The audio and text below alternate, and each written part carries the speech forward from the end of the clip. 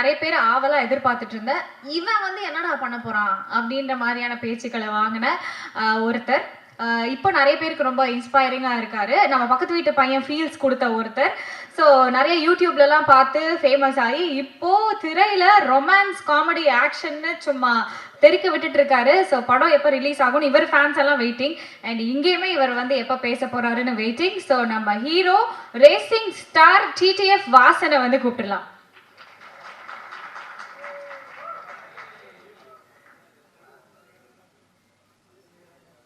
வணக்கம், நான் உங்கள் வாசன். எல்லாருக்குமே ரொம்ப நன்றி. அண்டு இந்த வாய்ப்பை ஏற்படுத்தி கொடுத்த எங்கள் டைரக்டர் அண்ட் ப்ரொடியூசர் சாருக்கு ரொம்ப நன்றி. அக்கா, கூமாப்பட்டி அண்ணன் நல்லா இருக்காரா?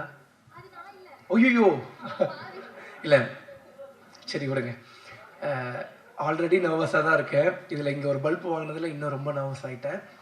அப்போ அது நீங்கள் இல்லையா? ஆனால் அதே மாதிரி தான் இருக்கீங்க. ஒரு வேளை எனக்கு தான் தெரில போல, ரொம்ப சாரி. ஸோ வர 28ஆம் தேதி நம்மளோட ஐபிஎல் இந்தியன் பீனல் லா படம் தேட்டரில் ரிலீஸ் ஆகும். உங்கள் வீட்டு பிள்ளையோட முதல் படம். அதனால் எல்லாருமே ஃபஸ்ட் டே ஃபஸ்ட் ஷோ போய் உங்களோட ஹானஸ்டான ரிவ்யூ கொடுத்துருங்க. இது ஒரு உண்மை சம்பவத்தை வந்து பார்த்துட்டிங்கன்னா பேஸ் பண்ணி எடுத்த படம். பட் ஈவன் தோ கொஞ்சம் அந்த ஒரு கற்பனைகள்லாம் இருக்கும். எவ்வளவு அநியாயங்கள் நடக்குது அப்படின்னு சொல்லி நம்ம மக்களுக்கு எடுத்துகிட்டு போகிறோம். ஸோ வந்து நார்மலாக நியூஸ் பேப்பர் படிக்கிறோம். நியூஸ் பேப்பரை கடந்துட்டு நம்ம பாட்டுக்கு போயிடுறோம். அப்போ இதுதான்ப்பா உண்மை, இவன் இப்படி தான்ப்பா அப்படின்ட்டு போயிடுறோம். ஆனால் அந்த நியூஸ் பேப்பருக்கு பின்னாடி, அந்த நியூஸுக்கு பின்னாடி எவ்வளோ உண்மைகள் இருக்குதுன்னு சொல்லி, எவ்வளவு அரசியல் பலம் வாய்ந்த மக்கள் இருக்காங்க, பணம் வாய்ந்த மக்கள் இருக்காங்கன்னு சொல்லி நம்ம படம் எடுத்து சொல்லும். எல்லாருக்கும் ரொம்ப நன்றி. தேங்க்யூ.